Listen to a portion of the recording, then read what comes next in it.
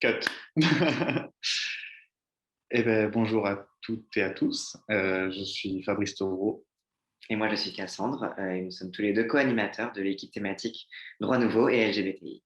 Voilà. Donc, cette formation d'introduction au droit nouveau LGBTI est issue directement du livret que vous pouvez retrouver sur le site internet de la France Insoumise, Liberté, Égalité, Droit Nouveau. L'idée ici, c'est de faire une petite formation autour des personnes LGBTI. Qu'est-ce que ça veut dire être une personne LGBTI globalement, les problématiques qui les entourent. Et aussi, comment penser politiquement l'articulation de nos droits. Et du coup, l'élargissement vers de droits nouveaux pour toutes et tous. Tout d'abord, LGBTI, donc de quoi parle-t-on? Donc, c'est un sigle qui commence à être de plus en plus connu. Donc, lesbienne, gay, bi, trans et intersexe. Alors, bon, lesbienne, gay, bi, c'est quelque chose qu'on connaît à peu près tous. C'est vrai que les points qui sont un peu plus, qui ont émergé, disons, plus récemment dans l'espace public, c'est les questions de trans et intersexe. Et c'est pour ça que ça nous intéresse parce que ça touche à la question de l'assignation à un genre. C'est-à-dire que lorsqu'on est, un docteur regarde ce qu'on a entre les jambes et il dit en fonction de ce qu'on a entre les jambes, il colle du coup, donc il assigne un sexe, il assigne un genre et à partir de là, toute la critique féministe et la critique queer a montré en quoi cette assignation d'un genre porte en elle des attentes, que ce soit des attentes sociales, des attentes psychologiques, des attentes sexuelles, etc. Et donc, dans ce contexte-là de l'assignation du genre, une personne trans, c'est une personne qui, ne se reconnaissant pas dans le genre qui lui a été assigné, décide d'entrer dans un parcours de transition, c'est-à-dire d'un changement de classe de sexe, que ce soit du coup homme vers femme, femme vers homme, ou homme ou femme vers un genre neutre qu'on appellerait non-binaire. Ça peut être une transition qui se fait socialement par un changement de prénom, un changement de pronom, un changement de façon avec laquelle on traite et on appelle la personne, surtout dans la langue française qui est une langue aussi genrée que la nôtre. Ça peut être médicalement par la prise d'hormones ou d'opérations si la personne le souhaite, ou encore administrativement par du coup le changement de prénom auprès de l'état civil ou un changement d'état civil et voilà tout ce qu'il y a dans toute la paperasse qu'on connaît. Donc ça, c'est la transidentité. L'intersexuation est aussi en lien avec l'assignation de genre, puisque c'est ce qui se passe quand l'assignation de genre est forcée sur un corps qui est intersexué. C'est-à-dire qu'il y a des personnes qui naissent euh, dont le corps présente des caractéristiques sexuelles primaires, ou alors qui se rendent compte après l'adolescence avec les caractéristiques sexuelles secondaires, que ce n'est pas un genre qui rentre dans ce qu'on appellerait dans l'idéal type de ce que c'est le mâle ou femelle. Donc, ça peut être des variations chromosomiques, endocrinologiques, etc., qui font que c'est un corps intersexué. Ce n'est pas une maladie, ce sont des personnes en tout à fait bonne santé. Mais justement, dans le cas des personnes intersexes, le fait de ne pas coller à cela, alors que la société attend une assignation de genre, fait qu'en tout cas en France et encore dans la majorité des pays du monde, on va forcer une assignation. Et ce qui va passer du coup par une prise en charge médicale forcée et par une tentative de faire conformer ce corps sain intersexe à une assignation binaire. C'était important de faire les points sur ces deux derniers termes parce que, à la fois pour mettre un point sur l'importance de l'assignation du genre et en quoi, on va le voir après, ça interagit avec la question aussi de l'homosexualité, mais aussi pour faire un point sur des termes qui sont apparus plus récemment sur le devant de la scène politique et que du coup peut-être moins de personnes connaissent. Alors, donc, en effet, dans ce cycle LGBTI, on peut voir donc LGB, on pourrait dire que LGB, c'est l'orientation sexuelle et TI, c'est l'identité de genre, le statut intersexe. Et on pourrait dire de prime abord, mais ce sont deux choses qui, a priori, n'ont rien à voir. Euh, et comme on le verra plus tard, en fait, ce sont des catégories qui interagissent. Mais du coup, une autre question qui peut nous venir, c'est du coup, pourquoi ces catégories? Souvent, on a tendance à nous dire, même quand on fait notre coming out, pourquoi tu as besoin de te catégoriser? Pourquoi votre génération, vous avez besoin de vous mettre des étiquettes? Euh, donc, c'est ça. Quel est le besoin de se dire? Quel est le besoin de se catégoriser? Bon, je pense que même si on part d'un point de vue tout à fait féministe, le fait de faire émerger une voix dans une société qui l'a fait taire, c'est un geste politique fort. Et en effet, ce que fait le patriarcat, l'hétéropatriarcat même, c'est de définir ce qui relève du normal et du pathologique, catégoriser ce qui relève de la déviance par rapport à la norme. Par exemple, pensez simplement au collège. L'insulte la plus fréquente au collège, c'est l'insulte de PD. Donc, c'est une insulte homophobe, mais on le voit aussi, c'est une insulte qui vise aussi à la dégradation par rapport au genre. Donc, un PD, c'est pas un vrai homme, c'est un peu une femmelette. Donc, voilà, donc c'est par ces insultes-là, en fait, que le rapport aux autres se construit. Et très vite, en fait, la société pousse à être scruté, ou alors à se scruter entre soi, on est un petit peu des flics entre nous, à être scruté si on est trop féminin, si on est trop masculine, et avant même de savoir qui l'on est. Donc, avant même de savoir qui l'on est, on est stigmatisé, quoi qu'il arrive. Et donc, le seul moyen d'échapper aux stigmates, sans pour autant s'empêcher de vivre, c'est-à-dire nier en fait qui l'on est, c'est du coup de le prendre pour soi et d'en faire une définition qui n'émane plus de l'extérieur, une définition vraiment qui soit à nous et qui nous appartienne. C'est donc d'où l'importance du coup de se dire et de se catégoriser. Ce n'est pas pour faire émerger quelque chose qui n'existait pas et qui finalement est cosmétique, mais c'est plutôt pour trouver une place, pour sortir de l'insulte et trouver une place et une identité qu'on puisse reconstruire du coup hors de la norme. C'est parfois souvent perçu par certaines critiques comme un enfermement, on s'enfermerait dans une image, mais dans le vécu des personnes LGBTI, en fait, il s'agit, et c'est très important de le dire, il s'agit avant tout d'une libération, et ça pose, après ça permet, c'est une condition pour après vivre et faire quelque chose de sa vie. Donc, on est passé du coup sur c'est quoi LGBTI, de quoi parle-t-on, et quelle est l'importance politique de la catégorisation. Et du coup, je reviens à ce que je disais tout à l'heure sur le fait que LGBTI, c'est un acronyme qui parle d'orientation sexuelle et d'identité de genre. Alors pourquoi recouvrir toute cette question politique des nouveaux droits sous un même acronyme? Alors il y a plusieurs raisons. Donc, il y a à la fois une raison historique. Historiquement, ce sont des luttes qui ont convergé en fait. On parle souvent, par exemple, et on en reparlera après, des émeutes de Stonewall à New York. Donc, c'était un raid policier dans un barrière qui s'est transformé en émeute. Et les émeutes lors desquelles il y avait autant d'hommes gays que des travestis, que des lesbiennes, que des femmes trans, etc. C'était toute une population marginale qui, par sa déviance à l'ordre du genre, du coup, se retrouvait entre c'est quelque chose qui a été oublié pendant. C'était quelque chose qui a été oublié pendant longtemps, mais en fait, cette coexistence était là depuis le début et cette solidarité du coup entre homosexuels et trans est à la racine du mouvement de libération LGBT qui s'appelait Mouvement de libération gay à l'époque. Et de même, pour aller plus loin, quand les luttes pour les droits des personnes intersexes ont émergé, c'est par des militantes, notamment une qui s'appelle Cheryl Chase, une militante états-unienne, qui était elle-même féministe et lesbienne, qui s'était formée là-dedans, qui avait fait ses armes dans les milieux queer. Et c'est une lutte qui a pu compter sur la solidarité des mouvements de libération trans, notamment, et la solidarité ensuite plus générale de toute la communauté LGBT. Pourquoi cette convergence un peu en fait, en tant que personne queer, une personne dont le vécu rentre en opposition avec la norme hétéro, avec la norme cis, il y a un sentiment instinctif. Que quand on s'en prend à ces groupes, quand on s'en prend aux lesbiennes, quand on s'en prend aux bi, quand on s'en prend aux gays, quand on s'en prend aux trans, quand on s'en prend aux intersexes, c'est en fait tout le droit à l'émancipation des autres qui est visé. Par exemple, quelle liberté homosexuelle si on n'a pas le droit de contester le genre? Quelle liberté de contester le genre si on n'a pas le droit d'habiter un corps qui n'est pas binaire? C'est pour ça que tous ces aspects-là, en fait, sont liés et que l'acronyme en soi porte un sens politique. Et que d'ailleurs, on va voir très bien aussi dans la petite partie historique que c'est tout à fait aussi lié, du coup, clairement aux questions du féminisme et que les féministes ont à de nombreux titres ouvert la voie, en fait, aussi aux luttes LGBTI. Tout à fait. Alors, du coup, on a dit, donc, pourquoi un seul acronyme? Mais du coup, la question du coup, qui vient en miroir, c'est dans ce cas, pourquoi un acronyme? Pourquoi continuer de distinguer entre les lettres? Pourquoi distinguer l'homosexualité masculine de l'homosexualité féminine, la bisexualité, la transidentité, l'intersexuation? En fait, c'est parce que ça nous permet du coup d'analyser plus finement ces catégories et la réponse politique qu'il faut leur apporter. On peut très bien monter en généralité et pointer du doigt, comme je l'ai fait au début de cet exposé, que les oppressions qui touchent les personnes LGBT proviennent toutes du patriarcat. Et en effet, c'est vrai qu'il faut tous lutter contre le patriarcat, et même d'un point de vue féministe.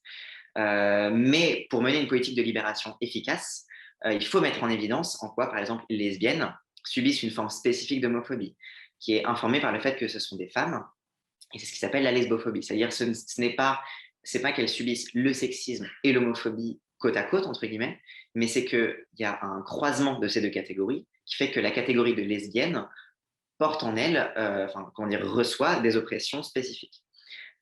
C'est pour ça d'ailleurs que notre approche, quand on va observer tout ça, c'est nécessairement une approche intersectionnelle.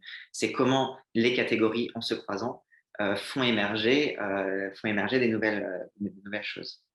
Il y a bien sûr des caractéristiques communes dans les LGBT-phobies. Il y a une tendance à l'hypersexualisation. D'ailleurs, que ce soit très soft dans la question de « Ah, mais vous vivez au travers de votre sexualité », ou un peu plus hardcore de représentation dégradante, etc.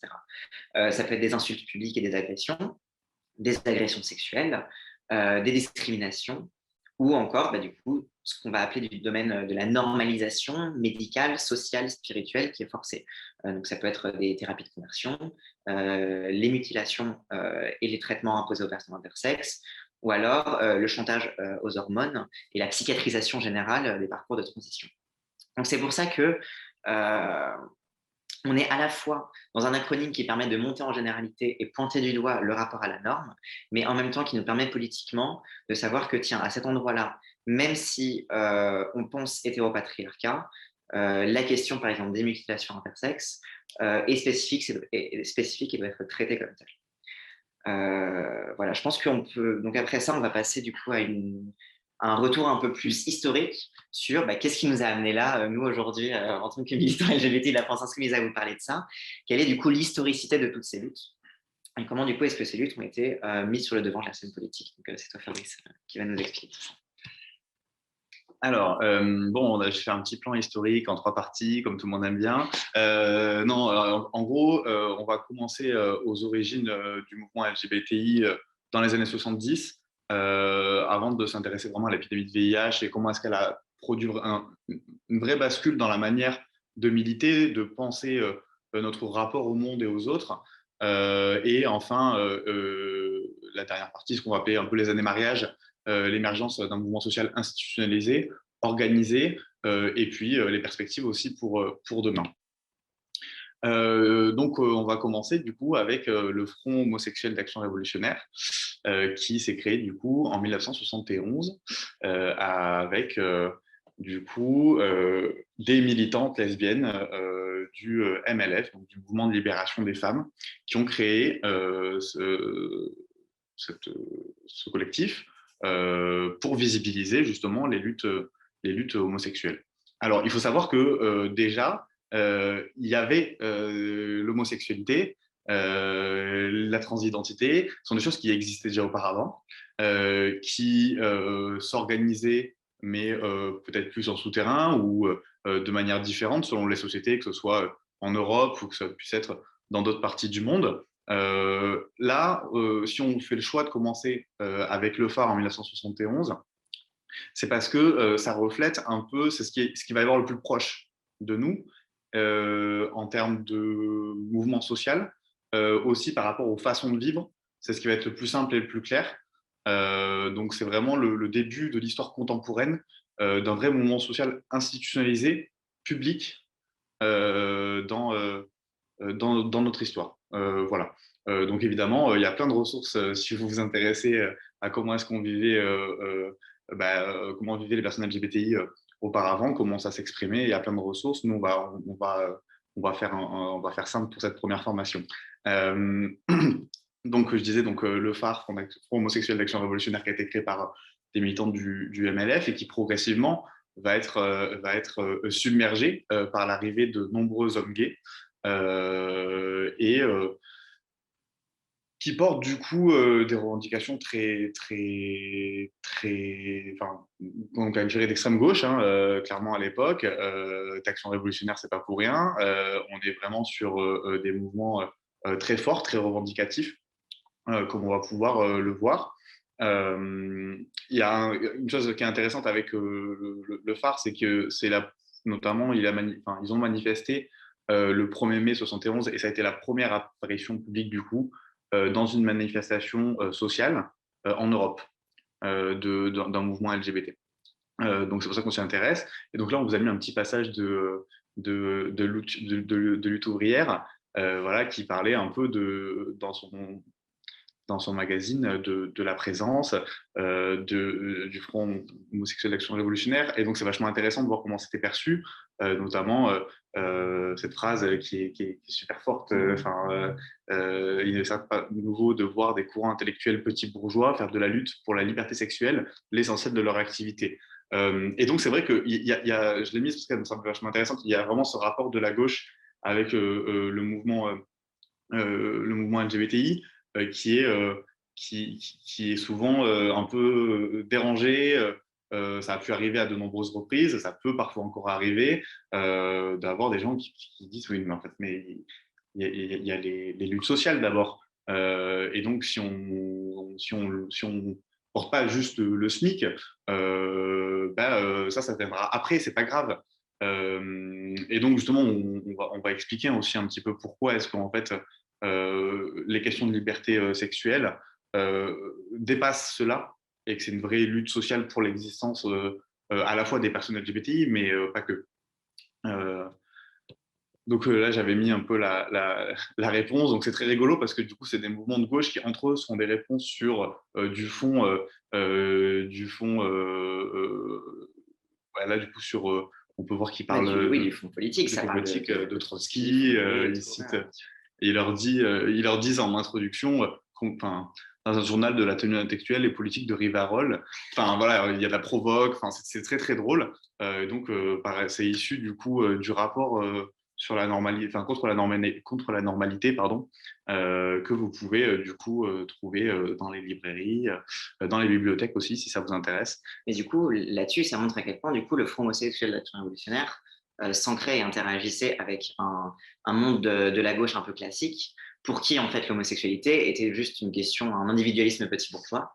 Et du coup, ils rentraient vraiment, leur but, c'était vraiment d'entrer en opposition et de se faire accepter par la gauche, parce qu'ils avaient conscience que seule la gauche pouvait apporter des réponses aux questions, justement, d'homophobie. Ouais, ils en parlent vachement sur le fait que c'est vraiment, ils sont vraiment dans une lutte anticapitaliste.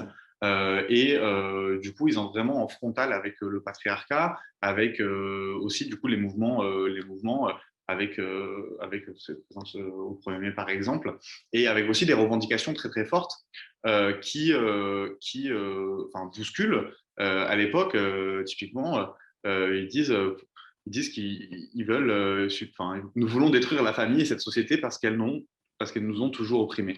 Du coup, c'est ils revendiquent une sorte de droit à la différence, à pas construire famille, à exister différemment. Et c'est là où c'est intéressant quand on regarde par rapport à aujourd'hui, et on va y venir. Ouais.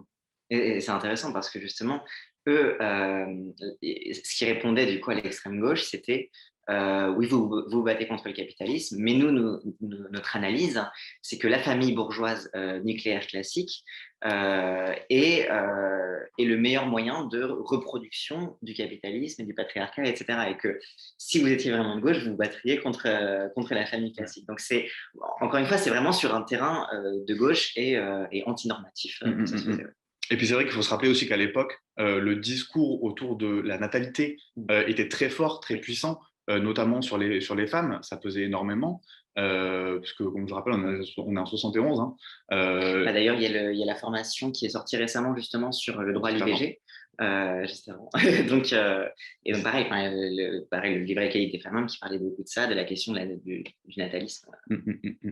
Et voilà, sur le fait que c'était important dans une post-seconde guerre mondiale de reconstruire le pays, et donc tout ce qu'on a fait là qui a été très fort et du coup qui a fait violence à la fois aux femmes mais du coup aussi aux personnes LGBTI.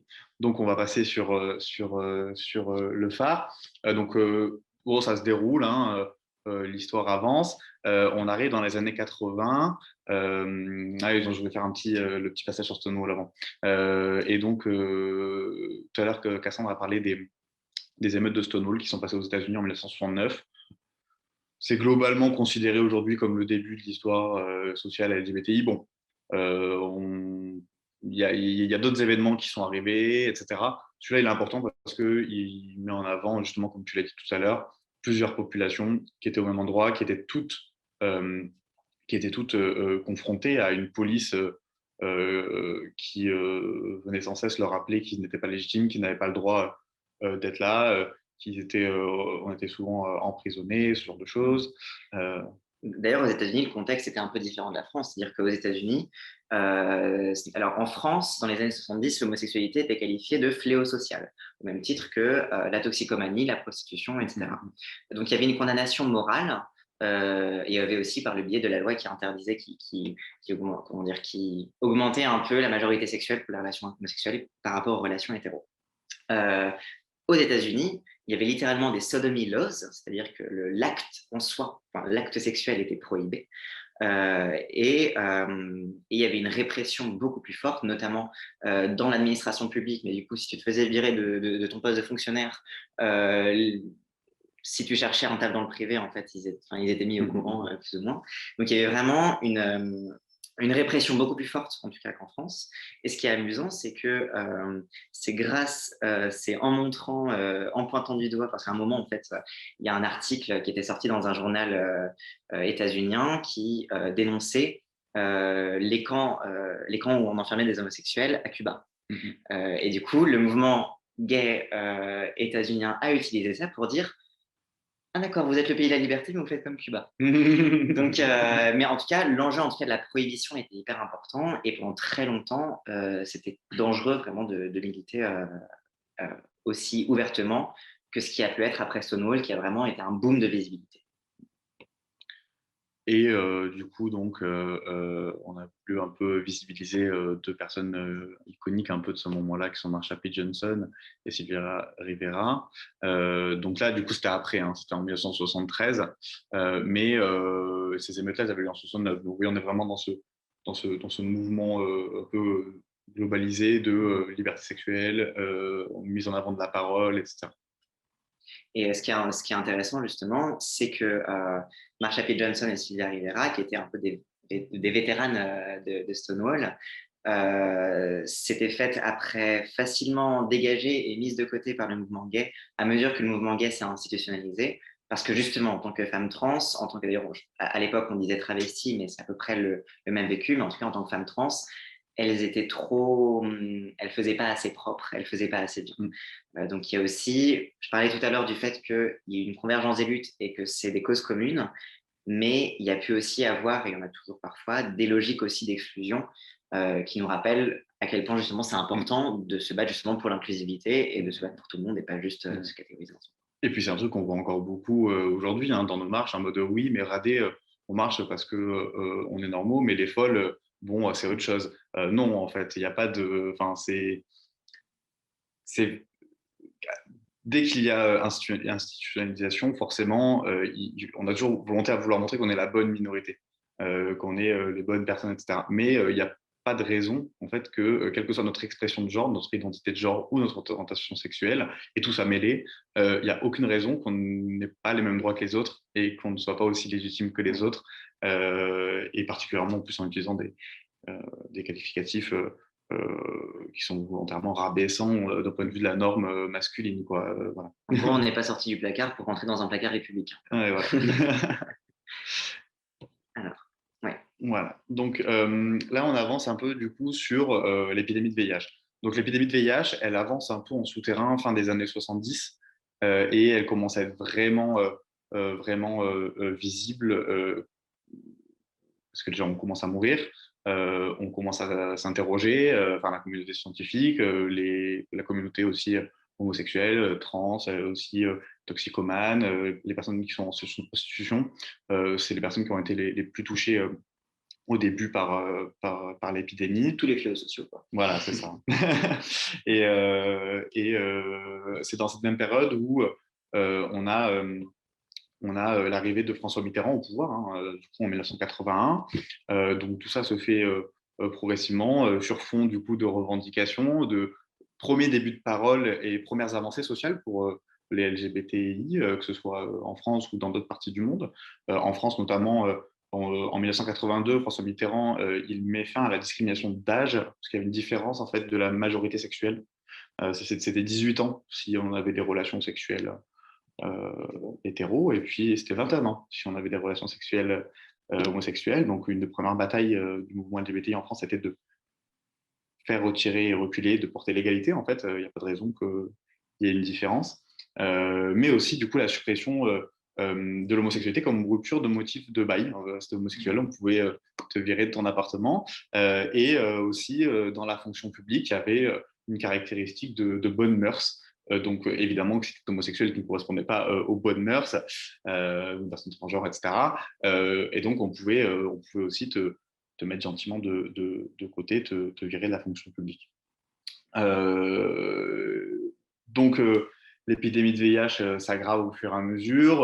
On a Michel Foucault, du coup, qui décède en 1984, qui est vraiment une personnalité publique forte, hein, un grand intellectuel français, et son compagnon Daniel Defer, du coup, crée l'association AIDS à ce moment-là, justement, pour visibiliser l'épidémie de VIH, que ce soit sur des messages de prévention, que ce soit sur la lutte aussi et l'interpellation des pouvoirs publics sur parce que rien n'est fait globalement, on appelle ça le cancer gay, il n'y a pas grand-chose qui se passe. Et donc, sans l'auto-organisation des malades, les pouvoirs publics, finalement, auraient tardé beaucoup plus à agir, et ils ont déjà bien tardé.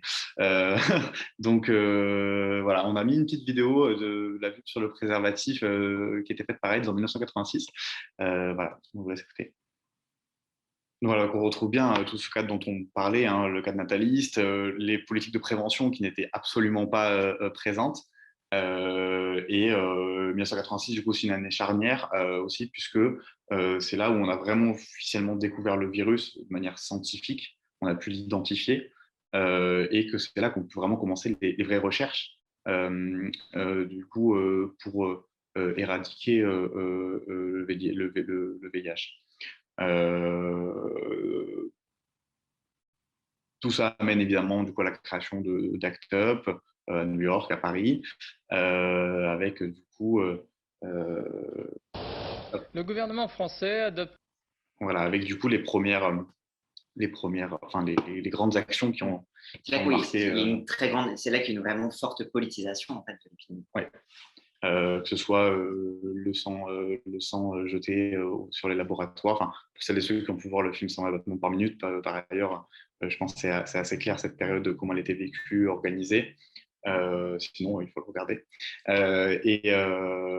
Et donc, tout ça monte et en fait change profondément la manière de voir le monde et la famille, puisque quand nos compagnons étaient décédés, il n'y avait pas possibilité de garder le même logement. Le bail était au nom de l'un et pas de l'autre.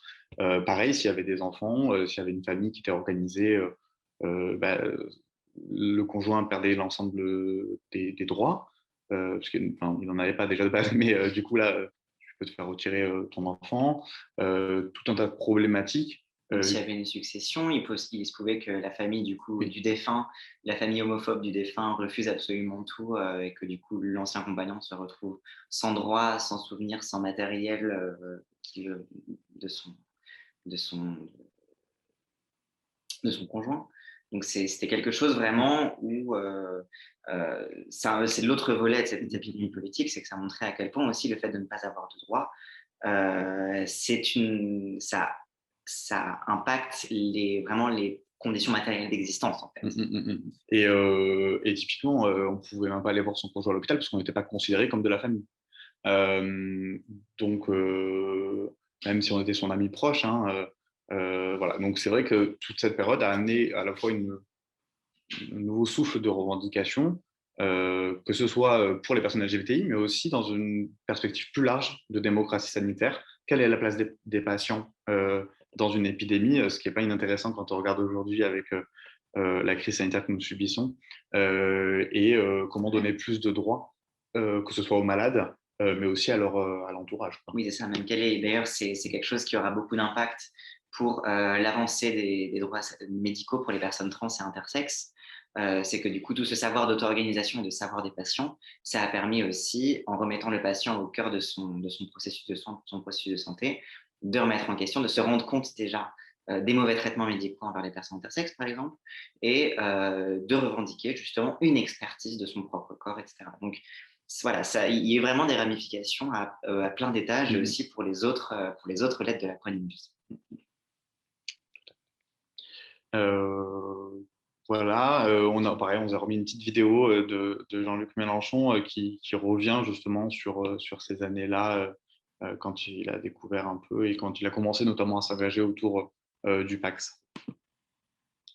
Voilà, du coup, ce passage qui illustre parfaitement ce dont on a pu discuter. Et même dans la politisation aussi du sujet. Et du coup, pourquoi la revendication du Pax puis du mariage a pris autant d'importance politique. Oui. Tout à fait. Donc là, on est dans les années 90, avec d'abord le CUS, donc contrat d'union sociale, puis le Pax, qui se met finalement en place à la fin des années 90. Et on arrive progressivement, pour nous, dans une nouvelle ère qui est celle des années mariage, qui va rentrer en fait dans un schéma d'institutionnalisation. À chaque fois, j'ai galère, désolé. À la fois du mouvement social LGBT, mais aussi des personnes LGBT en politique. Et donc là, on va voir tout ça dans cette dernière partie un peu historique. Politiquement. Donc, typiquement, encore une fois, une petite vidéo là sur du coup, la Gay Pride de 2001, avec une présence massive des partis politiques et aussi du coup d'un maire ouvertement gay. Voilà, donc c'est un moment qui est assez intéressant en fait, puisqu'on a l'inter-LGBT qui s'est créé en 1999. Donc on est vraiment sur ce nouveau processus d'institutionnalisation avec à la fois, on commence à sortir un peu de cette époque très très lourde des années 90 avec toute l'épidémie, toutes les personnes qui sont décédées, puisqu'on commence à avoir des traitements qui commencent à être un peu efficaces, qui réduisent un peu la place du virus dans la vie des gens. Les politiques de prévention qui commencent aussi à faire effet avec le port du préservatif, etc. Et donc, on passe, vous voyez, un peu on a eu des marches très, très, très, très lourdes, funestes à Paris dans les années 90, où les gens, c'était des marches pour rendre hommage, en fait, à toutes les personnes de la communauté qui avaient pu périr. Et aujourd'hui, on est en 2001, on est sur des marches qui sont plus festives. On arrive sur du festif, sur du revendicatif. Et tout ça se fait aussi sur fond de premier coming out politique, donc typiquement le cas de Bertrand Delanoë, mais d'autres personnes également, et du coup des batailles politiques qui sont proposées, qui sont menées. On veut le mariage pour tous, on veut l'adoption, on veut un centre d'archives pour honorer la mémoire de nos morts, et tout ça, ça se reflète vraiment depuis le début des années 2000. Par ailleurs, je ne sais pas si vous avez remarqué dans la vidéo, mais dans les précédentes vidéos, les journalistes peuvent jamais s'empêcher de mettre un petit commentaire en mode leur cours après, ou quand il a sorti à Mélenchon. Ah oui, c'est l'idée qu'ils vont. Ouais, ils vous en parlent ça comme idée. Ouais, voilà. Enfin, vous voyez, toujours des petites remarques, réflexions qui. Oui, qui montre un peu, mais ça montre bien l'état d'esprit de l'époque aussi. L'état d'esprit de l'époque où vraiment il y avait toujours cette impression d'une espèce de contagion homosexuelle. Ah oui. Donc, je suppose voilà, on en est là, excusez-moi. Donc, avec cette phase d'institutionnalisation dans les partis politiques, puisque les personnes LGBTI commencent à rentrer dans les partis politiques de manière assumée, revendiquée, celles qui étaient déjà commencent à faire leur coming out, et du coup, une mobilisation principalement de la gauche, comme par exemple avec le fameux mariage gay de Bègue, donc un mariage illégal, mais qui a été fait de manière militante. Il y en a eu plusieurs, à plusieurs reprises. Je pense aussi à Hélène Mandroux qui en a fait un à Montpellier, pour mettre en avant la question, et puis aussi clairement une volonté de la gauche de de pas voir le mot LGBT partir à droite aussi, hein, et de dire, voilà, nous, on va porter vos revendications parce que ça s'ancre dans notre histoire sociale. Ça se retrouve progressivement dans les programmes des partis politiques. En 2007, c'est très marqué, le mariage, dans la plupart des programmes de gauche. L'adoption, ça dépend. Mais déjà, le mariage en 2007, de manière très, très forte. Progressivement, des nouvelles revendications, des nouvelles commissions qui se créent, par exemple le parti de gauche qui se crée, vous savez, en 2008, c'est ça, hein. Oui. En décembre 2009, la commission genre, sexualité, LGBTI qui est créée, donc qui montre vraiment l'arrivée des questions LGBTI comme une vraie question sociale portée par l'institutionnalisation vraiment au sein des partis politiques, où ça devient quelque chose avec lequel on n'a pas le choix que de composer et de faire avec et de politiser en fait au sein d'un programme.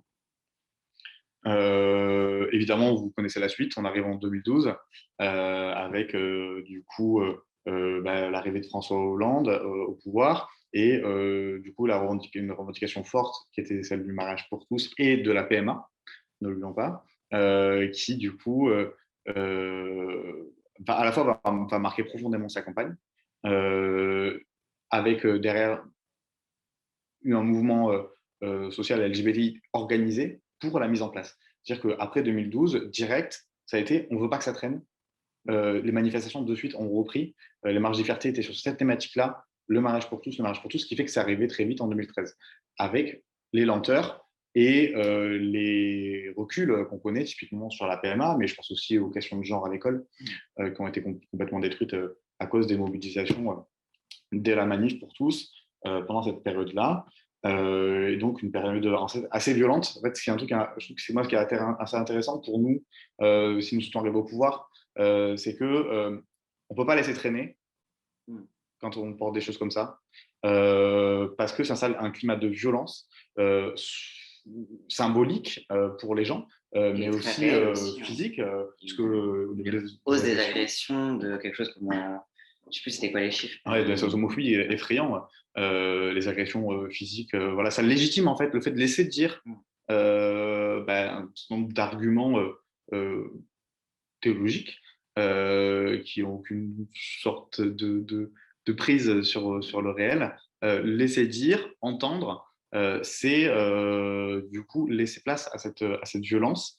Et moi, je sais que c'est des choses qui nous ont pas mal impacté en 2013 quand on faisait son coming out à ce moment-là. Waouh, quoi, c'était vraiment une personne sur deux potentiellement que tu croises dans la rue être détestée ou être cassé la gueule, quoi. Enfin, tu sais pas.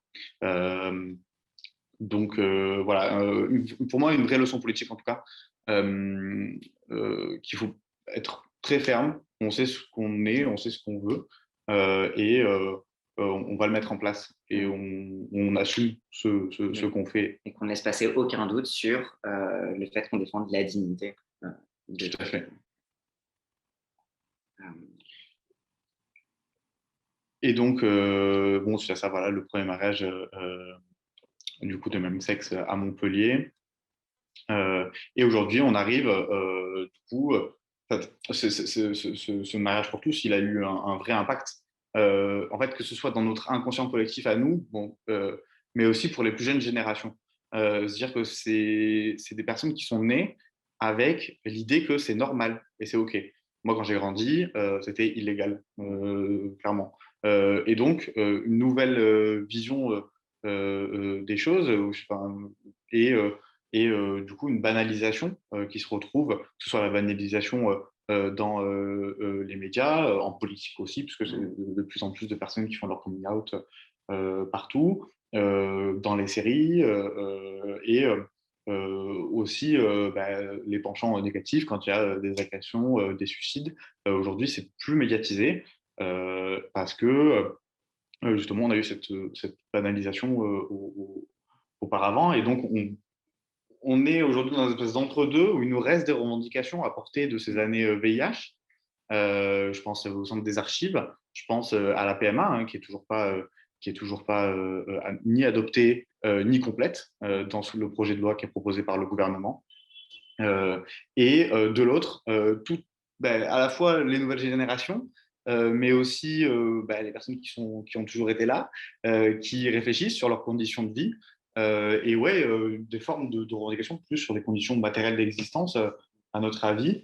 Que ce C'est vrai soit, qu'il y a eu un peu l'impression, en gros, une fois que le mariage était passé, Mm, mm. c'était qu'est-ce qui nous reste? Ouais, ok, bon, oui, il serait la PMA, bon, la prochaine fois, alors. Mais il y avait un peu cette idée de, mince, c'est quoi le droit vraiment positif qu'on veut obtenir? Ensuite, en 2016, il y a eu la comment dire, la facilitation des changements d'état civil, parce que tout simplement, en fait, avant 2016, pour une personne trans, il fallait obligatoirement être stérile, enfin, donner une preuve de stérilité, parce que du coup, pour pouvoir changer de sexe, pour qu'il soit sûr qu'à la fin, on ne puisse pas être parent ou qu'on ne puisse pas revenir en arrière, comme si on changeait d'état civil pour revenir en arrière. Mais il y avait quand même ce sentiment général, et c'est là aussi qu'on s'est rendu compte aussi qu'on oubliait beaucoup les personnes trans en fait, dans le reste de la communauté. C'est qu'on disait, ah, il y a quoi? Et les personnes trans qui étaient en mode, ah, ben, en fait, nous, on ne peut toujours pas transitionner normalement. Mais bref, c'est dans pression générale que, bon, qu'est-ce qui reste? Et ça a été un moment aussi, et je pense que d'ailleurs l'épidémie de Covid a permis aussi ça beaucoup plus, de se recentrer sur cette communauté LGBTI, comment elle vit, quelles sont ses conditions matérielles d'existence, et se rendre compte d'à quel point c'est des communautés de personnes qui sont souvent marginales, précaires. Il y a un degré d'intégration à la société. Il suffit que tu te fasses virer de chez tes parents à 18 ans, tu redémarres tout de zéro, quoi. Donc, et c'est pour ça qu'il y a eu vraiment une mutation finalement du mouvement LGBTI vers une prise en charge un peu plus généraliste et avec un esprit vraiment fondamentalement anticapitaliste aussi. C'est là qu'on revient un peu au début avec le Front homosexuel d'action révolutionnaire, qui était fondamentalement ancré à gauche. Et je pense que cet anticapitalisme-là est resté dans ce qu'on peut appeler un mouvement social finalement. Tout à fait. Ouais. Ouais, enfin, du coup, que ce soit au niveau de l'élargissement des personnes qui avaient du mal à se faire entendre, typiquement les revendications transgenres avaient un peu du mal à émerger, bien elles ont toujours été là. Hein. Aujourd'hui, elles ont la place, elles prennent la place. Et aussi des choses voilà, aussi qui sont très larges. Par exemple, quand le gouvernement voulait mettre en place la question des retraites, il y a pas mal de personnes qui se sont demandé, mais du coup, c'est quoi l'impact en fait, de cette réforme des retraites sur les personnes LGBTI? Si on annule la pension de reversion, sur un couple de femmes, ça fait quoi? Déjà que la pension de retraite des femmes, elle est plus faible. Sur un couple de femmes, ça précarise encore plus. Et donc, on peut essayer d'analyser aussi les mesures sociales sur nos vies, les impacts qu'elles ont dans leurs impensés, en fait. Oui, pareil, pour les personnes trans qui ont fait leur changement d'état civil sur le tard, du coup, leurs années de cotisation ne sont plus comptées vu qu'on change aussi de numéro de sécurité sociale. Donc, faire pour ça, c'est la journaliste notamment Hélène Azera Oui.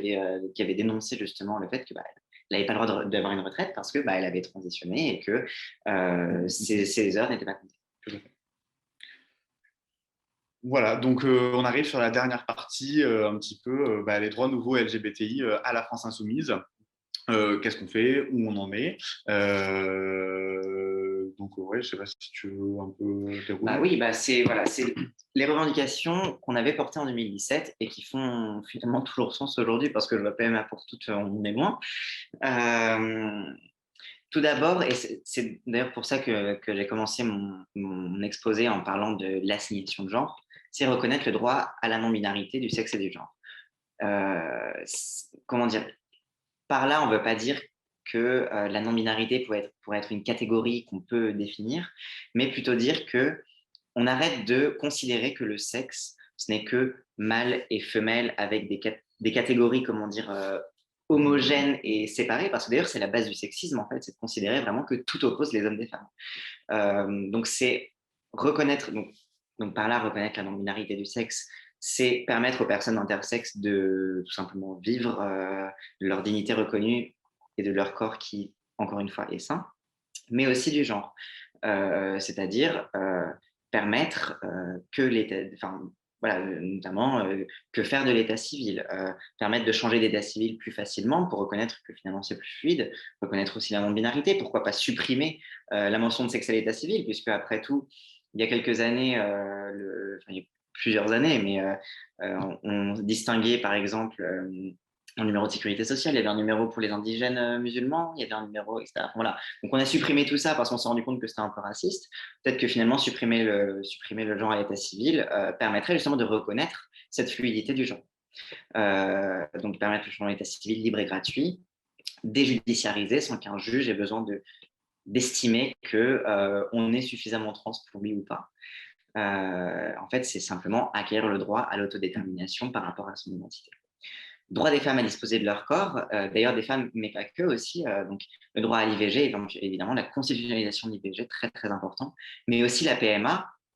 On avait écrit en 2016, pardon, PMA pour toutes, mais bien sûr en ayant en tête, et aujourd'hui on dirait pour toutes .e.s en fait, puisque il s'agit que toutes les personnes qui puissent prétendre à procréer avec leur corps sain puissent le faire. Donc une femme trans qui aurait conservé son sperme puisse l'utiliser et être reconnue comme mère biologique, ou alors qu'un homme trans qui aurait conservé son utérus puisse mener une grossesse à son terme, ce qui est tout à fait possible et sain. D'ailleurs, récemment, il y a un témoignage qui est sorti justement de deux papas, dont un homme trans qui était le père biologique de son enfant. Donc voilà, reconnaître ça, en fait, c'est pas compliqué, en fait. C'est juste que la loi, comme la loi est binaire, du coup, dès qu'on lui dit, ah, bah, il y a les personnes trans, et tout le monde a l'impression qu'il faut rajouter plein de trucs, etc. En fait, c'est tout simplement dégenrer le droit à la procréation.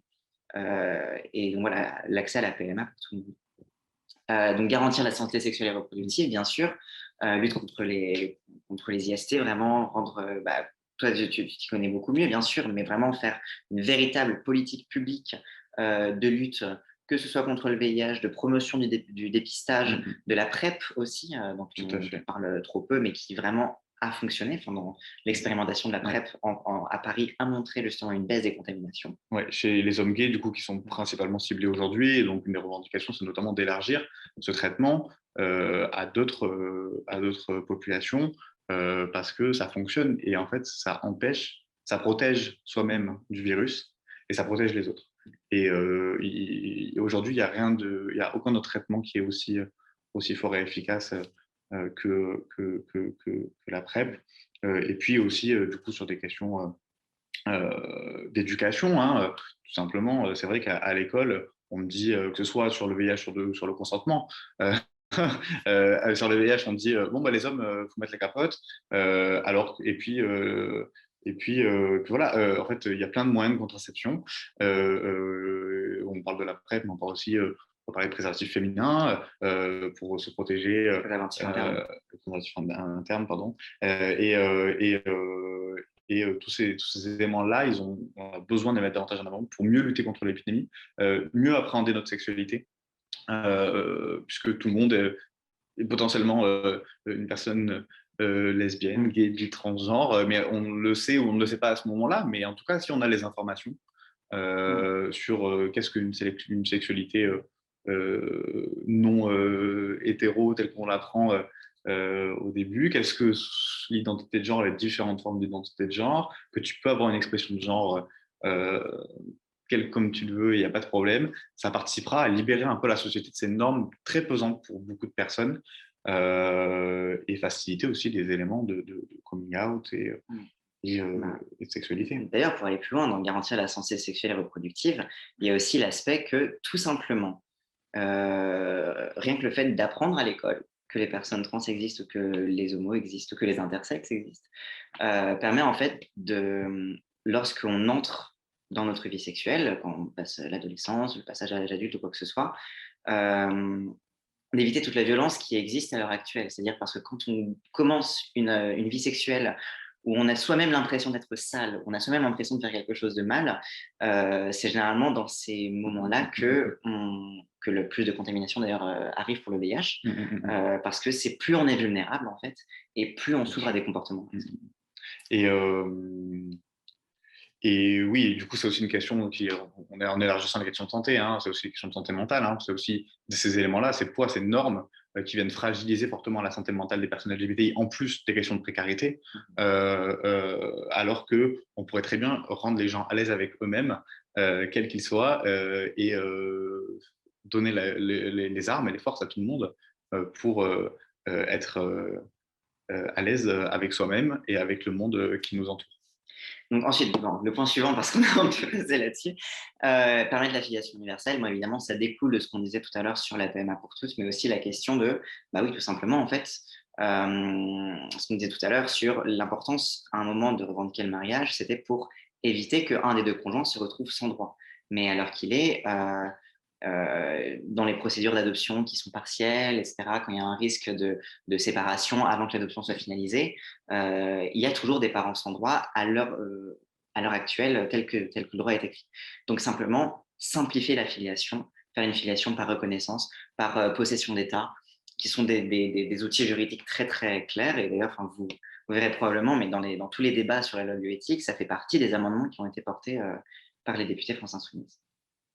Ensuite, bon, droit de vivre dans la dignité sans discrimination, bien sûr, lutte contre toutes les discriminations, dans tout ce qui est les plans interministériels, vraiment une vigilance qui doit être portée là-dessus, parce que comme on a montré, depuis les années mariage, le problème de la visibilité, c'est que la visibilité permet, en tant que personne LGBT, de se reconnaître et de se dire « j'existe et j'ai le droit d'exister », mais la visibilité donne aussi des armes aux homophobes et aux transphobes de venir nous tabasser. Et c'est vrai que la visibilité apporte aussi une mise en danger aussi physique.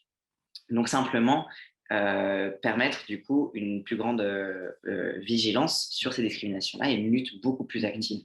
Et puis, par ailleurs, excusez-moi, mais aussi le fait que typiquement sur les questions de justice, sur les questions de représentation, on a besoin d'être exemplaire. Et ça, c'est important parce que quand aujourd'hui la justice, elle reconnaît, je n'ai même pas la proportion, mais une proportion très très faible de caractères homophobes, tout comme elle reconnaît qu'une proportion très très faible des caractères sexistes, des caractères quand il y a des viols aussi, etc. On a besoin d'avoir de l'exemplarité et que les choses soient reconnues comme telles. Et donc ça, je suis assez à l'aise avec la France Insoumise pour savoir qu'au pouvoir, il y aura une exemplarité de ses ministres, mais aussi de ses députés à l'heure actuelle et du coup, pas ce sentiment d'impunité qui règne aujourd'hui et qui du coup dit bon, bah, du coup, si machin le fait, c'est pas grave, on n'aura pas de problème. Ben, voilà, quoi. C'est aussi dans la pratique et pas uniquement dans la loi que ces choses-là se changent. Donc ensuite, le point suivant, c'est les personnes LGBTI étrangères non aux discriminations croisées. C'est vrai que quand on reprend la notion de l'intersection, quand on est migrant, quand on est sans papier, quand on est ou tout simplement étranger, mais qu'on vient d'un pays homophobe, et qu'on se retrouve dans une situation où, où à la fois il y a des discriminations LGBTI-phobes classiques qu'il y a en France, mais en plus le statut de migration qui fait qu'on ne peut pas non plus accéder à nos droits. C'est voilà, penser voilà, la solidarité avec migrants LGBTI, comment permettre des parcours, typiquement des parcours de migration et de transition qui soient safe. Et comment aussi, je crois qu'il y a aussi la question du mariage, des mariages binationaux avec les pays, donc avec des ressortissants de pays qui ne reconnaissent pas, qui ne reconnaissent pas l'homosexualité, qui ne reconnaissent pas le mariage, mettre fin tout simplement à ces interdictions-là en fait qui existent encore. Voilà, je ne sais pas si d'ailleurs les circulaires avaient pas été abrogés. Et enfin, du coup, le dernier point, c'est le droit de mourir dans la dignité. Donc, c'est là que vous voyez un peu la logique en fait, de toutes ces propositions-là. C'est vraiment de la naissance, de reconnaître la non-binarité des possibles, du sexe et du genre, à la mort, qui est le droit de mourir dans la dignité. Alors, on pourrait nous poser la question, mais alors, qu'est-ce que ça fait? Alors, on a beaucoup parlé des questions LGBTI, mais alors, pourquoi le droit de mourir dans la dignité? Et du coup, pourquoi le droit de mourir dans la dignité? Du coup, après, c'est une question Déjà, c'est une revendication qui était forte aussi pendant l'épidémie de VIH. Parce que les personnes souffraient tellement et horriblement. Et encore aujourd'hui, les lois Leonetti la fin de vie est encore très dure à vivre pour les personnes qui souhaiteraient pouvoir partir sans souffrance, dans les conditions et comment elles le souhaitent, que ce soit chez elles, entourées de leurs proches, que ce soit seul. Enfin, voilà. Et on voit très bien dans tout ça aussi la déclinaison qui est à la fois, du coup, comment est-ce qu'on part de l'expérience et des problématiques que vivent et qu'ont vécu les personnes LGBTI pour en sortir des droits nouveaux pour tout le monde. Et ça vaut pour tout ce dont on a parlé. C'est ça. Tous les droits sont écrits de façon universelle. Reconnaître le droit à la non-binarité du sexe et du genre, c'est celui de tout le monde. Ce n'est pas des droits spécifiques pour les personnes LGBTI, mais tout le monde, même les hétéros, même les cis, en profitent. Comment dire, pareil, l'affiliation universelle, c'est pour tout le monde, le changement d'état civil. Et voilà, tous ces droits sont des droits universels, en fait. Parce qu'ils en appellent aux droits fondamentaux qui sont le droit à disposer de son corps, le droit à l'identité, le droit à la sécurité, à la dignité. Et du coup, voilà, donc ce droit à mourir dans la dignité, qui est une revendication importante, qui est portée depuis très longtemps par la France Insoumise. Une proposition de loi a été déposée. Et par ailleurs, on aura l'occasion d'en parler lors de l'émission plus longuement, dans l'émission du programme qui aura lieu le 4 mars avec du coup Jean-Luc Romero qui représentera l'association pour le droit à mourir dans la dignité. Voilà, c'était un petit peu le petit clin d'œil de fin au prochain rendez-vous. On vous a mis un petit point pour aller plus loin, sachant que ça c'est du coup un peu sur le fond au niveau des ressources, mais vous pouvez aussi vous impliquer et savoir un peu ce que c'est de soutenir les droits nouveaux et LGBTI à l'AFI. Donc évidemment, vous avez le livret que vous pouvez aller consulter sur Internet, bien comprendre les mesures. Vous pouvez aussi nous envoyer un petit mail si vous avez des questions sur le programme. On y répondra avec plaisir. Nous suivre sur les réseaux sociaux, partager l'actualité de ce qui va être... de ce qui va venir. Et il y a aussi des éléments, je pense que cette formation, elle peut vous aider à bien accueillir une personne LGBTI dans votre groupe, comprendre un petit peu son histoire, enfin l'histoire du mouvement, qu'est-ce qui se passe, les revendications actuelles. Quelles sont les conditions matérielles d'existence qui sont rencontrées par les personnes LGBTI aussi. Voilà, pensez peut-être s'il y a une personne trans, par exemple, qui arrive dans votre équipe, ou une personne non binaire, à bien lui demander son pronom et son prénom d'usage. Voilà, c'est des petits trucs qui aussi facilitent nos vies. Quand on arrive dans un groupe d'action, on aime bien qu'on traite correctement, sans préjugés, sans sous-texte homophobe. Même d'ailleurs, simplement pour les changements de prénom et changements d'état civil, il faut donner, jusqu'ici comme c'est judiciarisé, il faut donner une lettre de la part de proches qui attestent que tu es bien connu sous ce nom, etc. Tout à fait. Si vous militez depuis un bout de temps avec la personne, même depuis pas longtemps, il peut aussi proposer d'être un appui comme ça. Voilà, c'est faire jouer en fait cette solidarité militante qu'on connaît déjà, mais en ayant en tête aussi les vécus spécifiques que peuvent rencontrer les personnes LGBTI. Ou même d'ailleurs, voilà, même outre d'accueillir vos camarades militants, tout simplement, de savoir quels points de l'actualité sont intéressants, si les questions LGBT vous intéressent, ou si vous voulez simplement comprendre, par exemple, à l'échelle locale, par exemple, quand il y a des campagnes sur le dépistage, sur la santé, etc. Voilà. Avoir ce réflexe, disons, c'est un peu ce réflexe qu'on a voulu promouvoir aussi dans le travail avec le groupe parlementaire, c'est regarder le monde avec des lunettes LGBT, c'est-à-dire de voir dans chaque élément du quotidien dans quelle mesure est-ce que politiquement il n'y a pas de l'hétéropatriarcat qui se mêle dedans et comment est-ce qu'on peut y répondre.